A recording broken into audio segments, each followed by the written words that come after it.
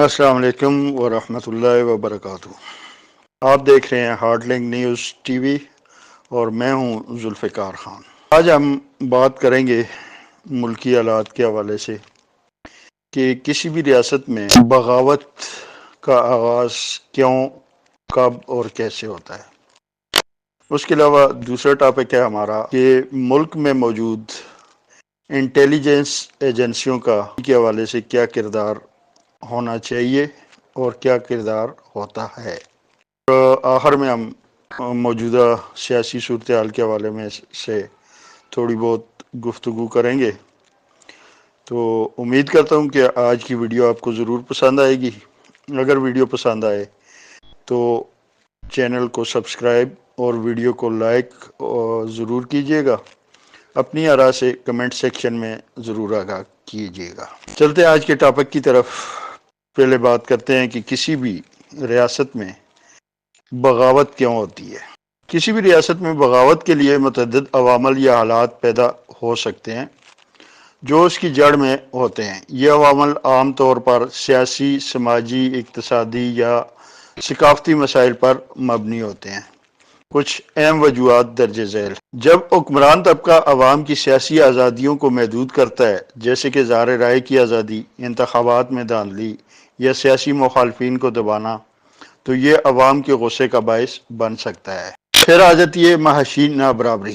جب وسائل اور دولت کی تقسیم میں عدم مساوات بڑھ جاتی ہے اور عوام کی بڑی تعداد غربت، بے روزگاری یا مہنگائی کا شکار ہوتی ہے تو یہ حالات بغاوت کی طرف لے جا سکتے ہیں۔ سماجی ناانصافی بھی بغاوت کا ایک اہم کردار بنتی ہے۔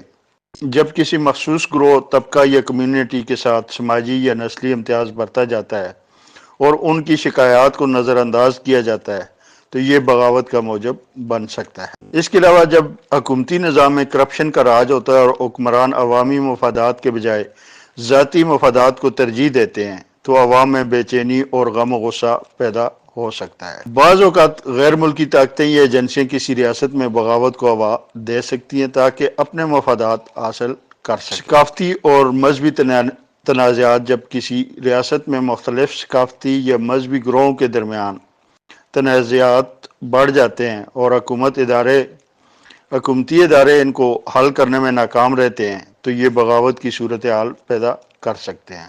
حکومت کی نااہلی جو کسی بھی ریاست میں بغاوت کا سب سے بڑا کردار بن سکتی ہے۔ جب حکومت عوامی مسائل کو حل کرنے میں ناکام رہتی ہے، جیسے کہ قدرتی آفات سے نمٹنے میں ناکام، صحت یا تعلیم کے نظام کی خرابی، تو عوام میں بغاوت کے جذبات پیدا ہو سکتے ہیں۔ یہ تمام عوامل یا ان میں سے کچھ مل کر ایک ایسی صورتحال پیدا کر سکتے ہیں جس میں عوام یا مسلح گروہ حکومت کے خلاف بغاوت کا راستہ اختیار کرتے ہیں۔ اور آج کل جو حالات چل رہے ہیں ان میں ہم دیکھ رہے ہیں کہ ملک عزیز پاکستان میں یہ تمام عوامل موجود ہیں۔ ان عوامل کی موجودگی کی وجہ غیر منتخب ارکان اسمبلی، غیر منتخب حکومت، عوام کی مرضی کے خلاف لائی گئی حکومت اور ان کا اداروں پہ کنٹرول نہ ہونے کے برابر، پھر ناانصافی جس معاشرے میں پنپ لیتی ہے وہ معاشرے کبھی ترقی اور استحکام کی طرف نہیں جاتے، بلکہ ناانصافی سب سے بڑی بغاوت کو جنم دیتی ہے۔ اب آتے ہیں کہ کسی بھی ملک میں انٹیلیجنس ایجنسیوں کا کردار کیا ہونا چاہیے۔ کسی ملک میں انٹیلیجنس ایجنسیوں کا کردار بہت عام اور وسیع ہوتا ہے۔ ان کا بنیادی مقصد ملک کی داخلی اور خارجی سلامتی کو یقینی بنانا ہے۔ انٹیلیجنس ایجنسیاں مختلف طریقوں سے ملک کی حفاظت کے لیے کام کرتی ہیں۔ سب سے پہلے ملک کی سلامتی کے حوالے سے بات کرتے ہیں۔ یہ ایجنسیاں ملک کے خلاف اندرونی اور بیرونی خطرات کی شناخت اور ان سے نمٹنے کا کام کرتی ہیں۔ وہ دہشت گردی، جاسوسی اور دیگر غیر قانونی سرگرمیوں کی روک تھام میں اہم کردار ادا کرتی ہیں۔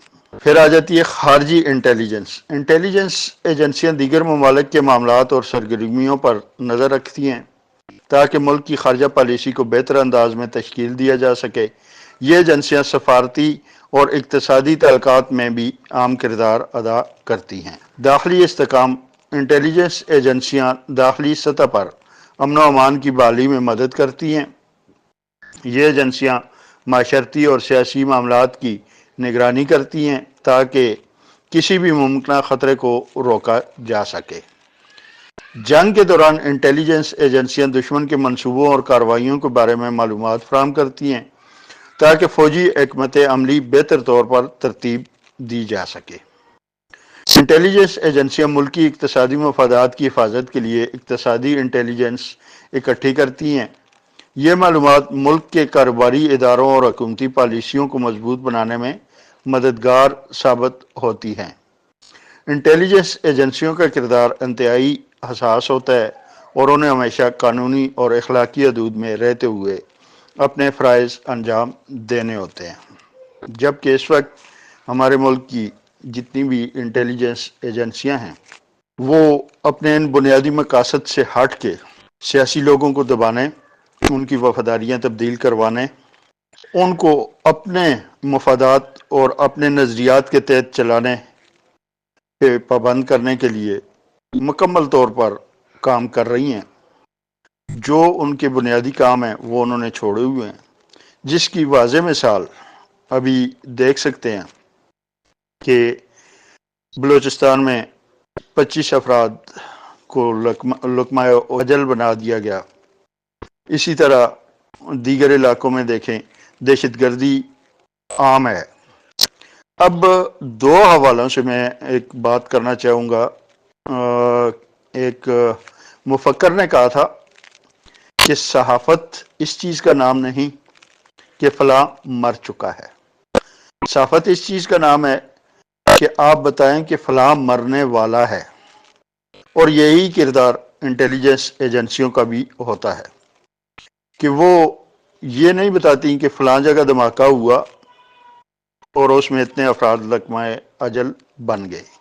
ان کا کام یہی ہوتا ہے کہ وہ پہلے سے اس چیز کا ادراک کر کے بیٹھی ہوتی ہیں کہ فلاں جگہ پہ یہ کام ہونے والا ہے اور ہم نے اس کی منصوبہ بندی کرنی ہے کہ ہم نے اس کام کو ہونے سے روکنا کیسے ہے۔ جبکہ یہاں پر ہم پتہ نہیں کون کون سے کاموں میں الجھے ہوئے ہیں۔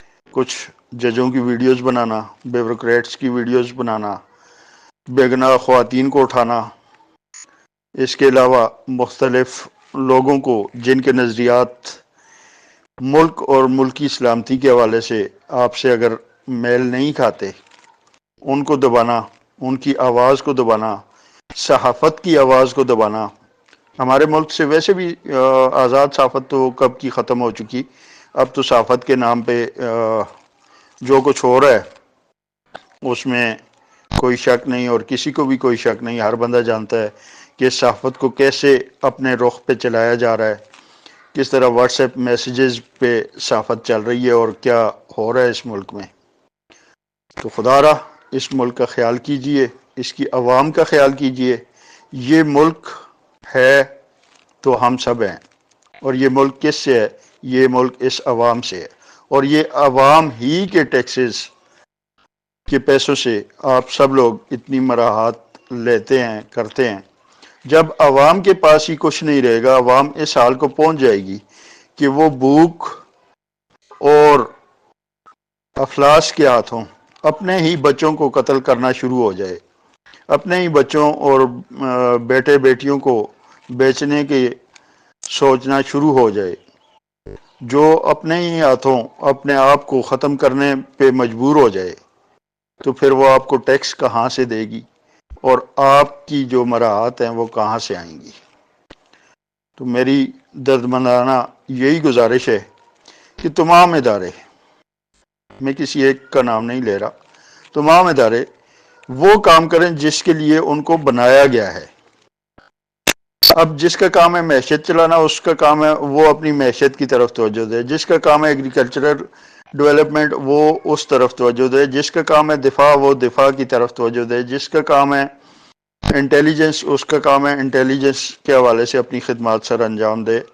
اسی طرح فائنانس والے اپنے دائرے میں رہتے ہوئے ملک کے لیے کام کریں، دیگر جتنے شعبے بھی ہیں وہ سب اپنا اپنا کام کریں۔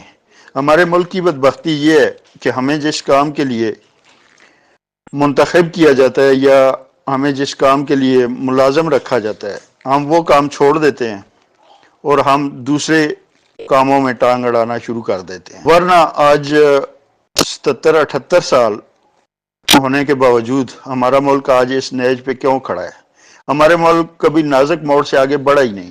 پتہ نہیں یہ کون سا نازک موڑ ہے جو ہماری تقدیروں میں ایسے بس چکا ہے کہ یہ ہماری جان چھوڑنے کو تیار ہی نہیں۔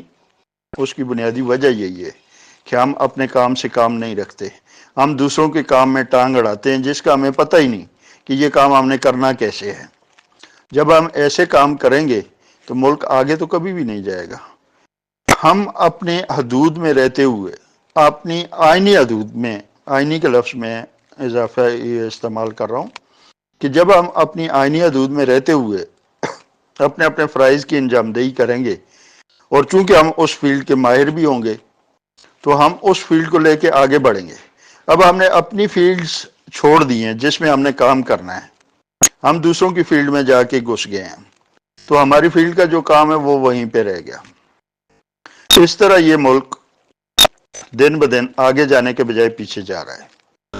پھر عوام کی رائے، عوام کا یہ رائے مقدم ہونی چاہیے۔ عوام جس کو منتخب کرتی ہے، عوام جس کو اختیارات دیتی ہے، اس کو آگے آنے دے۔ اگر وہ اس عوام کی خواہشات پوری نہیں کرتا، اس عوام سے کیے گئے اپنے وعدے پورے نہیں کرتا، تو اگلے الیکشن میں یہی عوام اس کا احتساب کرے گی۔ کسی ادارے کو، کسی ایسے شخص کو احتساب کرنے کی ضرورت نہیں پڑے گی جس کا اس ادارے سے یا اس حکومت سے کوئی تعلق ہی نہیں ہے۔ یہ عوام سب سے بہتر احتساب کر سکتی ہے۔ عوامی خواہشات کو مد نظر رکھا جائے تو میرا خیال ہے کہ یہ ملک چند سالوں میں ترقی کر سکتا ہے، لیکن یہ کب ہوگا، کیسے ہوگا، سوچئے گا ضرور، اور کمنٹ سیکشن میں اپنی اپنی آراء سے ضرور آگاہ کیجیے گا کہ کیا ایسا ہو سکتا ہے مستقبل قریب میں۔ یہ تھا آج کا ویلاگ۔ ملتے ہیں انشاءاللہ ایک دفعہ پھر کسی اور موضوع کے ساتھ، کسی اور حوالے سے۔ اجازت دیجیے اپنے میزبان ذوالفقار خان کو۔ اللہ حافظ۔